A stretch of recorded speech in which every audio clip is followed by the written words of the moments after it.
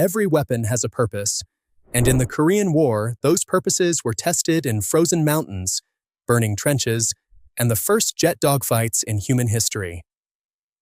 I am Miller, and I am breaking down every weapon that shaped this forgotten war.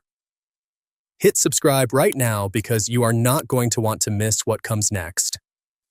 M1 Carbine. The M1 Carbine was the little brother of American infantry weapons in the Korean War. It weighed only about 5.5 pounds and was designed to give officers, tank crews, artillery teams, and support troops a better weapon than just a pistol, without the full weight of a battle rifle. Over 6.1 million M1 carbines were made during World War II alone, making it the most produced American small arm of that era. In Korea, it was everywhere, but soldiers had serious complaints. In the freezing Korean winter, the carbine's magazine springs weakened, causing constant feeding failures, and many troops reported that the bullets simply could not stop heavily clothed Chinese and North Korean soldiers, even after multiple hits at close range. Marines of the 1st Marine Division reported so many failures that some units gave standing orders for carbine users to aim only for the head. M1 Garand M. 1890-130 and M. 1944. Carbine. If there was one rifle the communist side trusted more than anything else, it was the M1 Garand. North Korean troops carried Soviet-made small arms, the same types that had been used on the Eastern Front of World War II, where roughly 80% of all German combat casualties happened. The M1 Garand M 1890-130 was a bolt-action rifle chambered in 7.62 by 54 mm, simple in design, cheap to produce, and almost impossible to break even in the worst conditions. The shorter M 1944 carbine version, with its folding spike bayonet and 20.5-inch barrel, became a staple weapon for North Korean forces during the June 1950 invasion. It was slower to fire than the American semi-automatic M1 Garand, but what it lacked in speed, it made up for in toughness. The looser manufacturing tolerances meant dirt, mud, ice, and snow had a harder time jamming the action. In temperatures that froze American weapons solid, the M1 Garand kept working. PPSH-41 and Chinese Type 50. The PPSH-41 was the weapon that gave Chinese night attacks their terrifying sound. This Soviet-designed submachine gun could hold 71 rounds in its drum magazine and fire at a blistering rate of around 900 rounds per minute. Its simple design emphasized ruggedness for mass production and easy field maintenance, which made it perfect for the harsh Korean terrain. The Chinese Type 50 was a direct copy of the PPSH-41 and was produced in enormous quantities to arm the waves of Chinese soldiers who poured across the Yalu River in late 1950. In trench raids, bunker assaults, and the close-quarters fighting that happened on Korea's dark mountainsides at night, this weapon was devastating. Chinese soldiers would creep within meters of American positions under cover of darkness, then open fire with massed PPSH bursts that sounded like a continuous buzz. The PPSH had poor accuracy past 100 meters, but in the type of brutal, up-close fighting that Korea forced on both sides, 100 meters was more than enough. If you were alone in a freezing trench at 2 a.m. and heard the buzzing sound of 100 PPSH-41s firing at once, what would you do? Drop your answer in the comments. M1 Garand. General George S. Patton called the M1 Garand the greatest battle implement ever devised.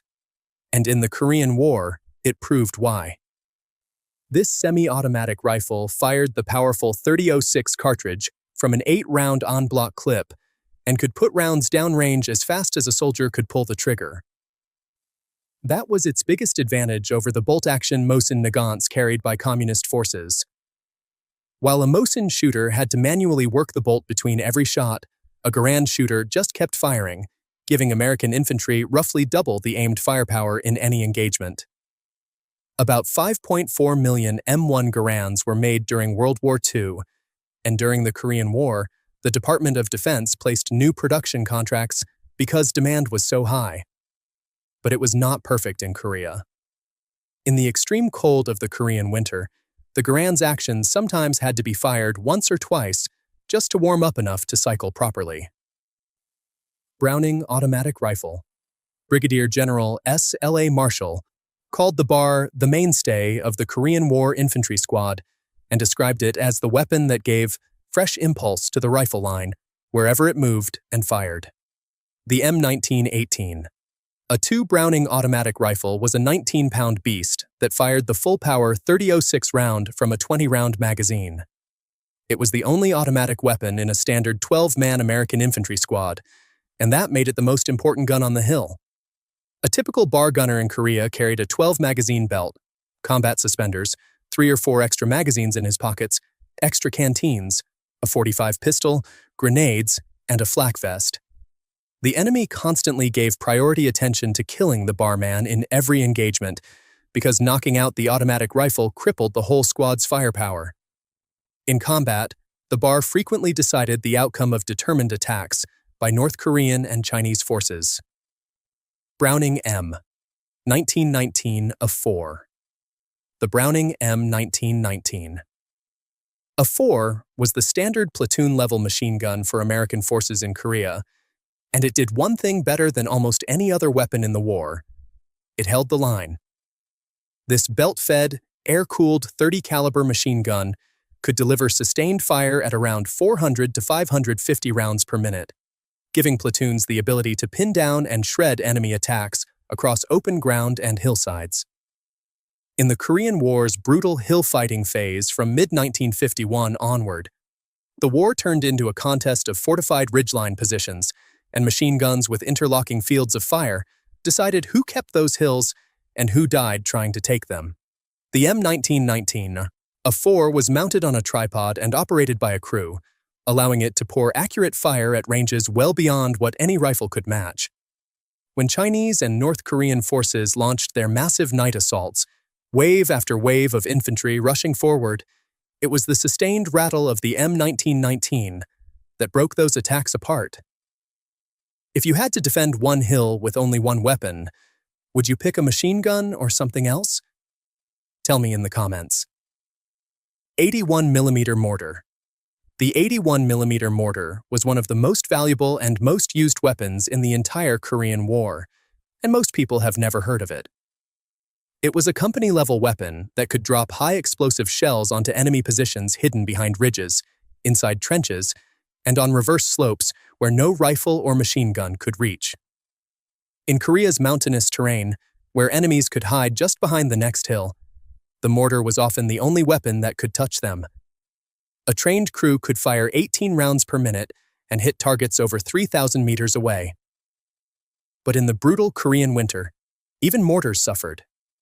Weapons froze completely in the extreme cold, and the freezing temperatures changed the properties of the propellant powder, causing rounds to fall short of their targets. Both sides used mortars heavily. The Soviets supplied 82mm and 120mm mortars to communist forces, and Chinese troops used them constantly during their night infiltration attacks to soften up American positions before the infantry rushed in. Unlike artillery, mortars were light enough to be carried up mountains by their crews, which made them the perfect weapon for a war fought almost entirely on steep, rocky terrain. 3.5-inch M20 Super Bazooka. The 3.5-inch Super Bazooka arrived in Korea just in time to stop a disaster. When the war started, the only anti-tank weapon American forces had in the entire Far East was the old World War II 2.36-inch bazooka, and all its ammunition was at least 6 years old, with a dangerously high rate of malfunctions. Those old bazookas could barely scratch the front armor of a Soviet-built T-34 tank. North Korea had over 200 of those tanks, and South Korea had 0. American troops were watching T-34s roll through their positions with almost nothing that could stop them. On July 12, 1950, just weeks after the war began, instructors arrived at the 24th Infantry Division with 40 brand-new 3.5-inch Super Bazookas and only 5 rounds each. By July 15th, operators had been trained, and 200 more launchers had arrived and were issued to frontline units. The Super Bazooka could punch through the T-34's armor, and it changed the balance of the ground war almost overnight. Soldiers who had been running from tanks were now hunting them. T-34-85. The T-34-85 was the weapon that made the first weeks of the Korean War feel like the end of the world for South Korea, and the Americans rushing to help them. The Soviet Union supplied North Korea with 258 T-34-85 tanks and roughly 170 Su-76M self-propelled guns before the war even started. North Korean tanks, supported by heavy artillery, launched their attack along the 38th parallel, and South Korea, lacking tanks, anti-tank weapons, or heavy artillery, was unable to mount any effective defense. Their forces were routed within days. The 105th Armored Division's T-34 tanks defeated Task Force Smith during the initial American response and pushed through every defensive position put in front of them. The T-34 was a legendary machine from World War II's Eastern Front, with sloped armor that deflected most of what hit it, and an 85mm gun that could destroy anything the UN had in those early weeks. But once heavier American tanks like the M26 Pershing and M46 Patton arrived, along with the 3.5-inch Super Bazooka and UN air power, the T-34's dominance ended. Most North Korean tanks were actually destroyed by aircraft rather than other tanks. A single tank design changed the entire first month of a war. Can you think of any other weapon in history that had that kind of impact? Let me know below. F-86 Sabre. The F-86 Sabre was the weapon that stopped the Soviet MiG-15 from owning the skies over Korea and changed air combat forever. Korea saw the first large-scale jet versus jet battles in history, and the area called MiG Alley near the Yalu River became the deadliest airspace on Earth. When the MiG-15 first appeared, it clearly outclassed every Western straight-winged jet fighter and forced the United States to rush the F-86 Sabre to Korea in December 1950. The Sabre carried 6 50-caliber machine guns and had better diving ability, roll rate, and something the MiG lacked entirely: anti-G protection for pilots, which meant American pilots could sustain hard turns without blacking out.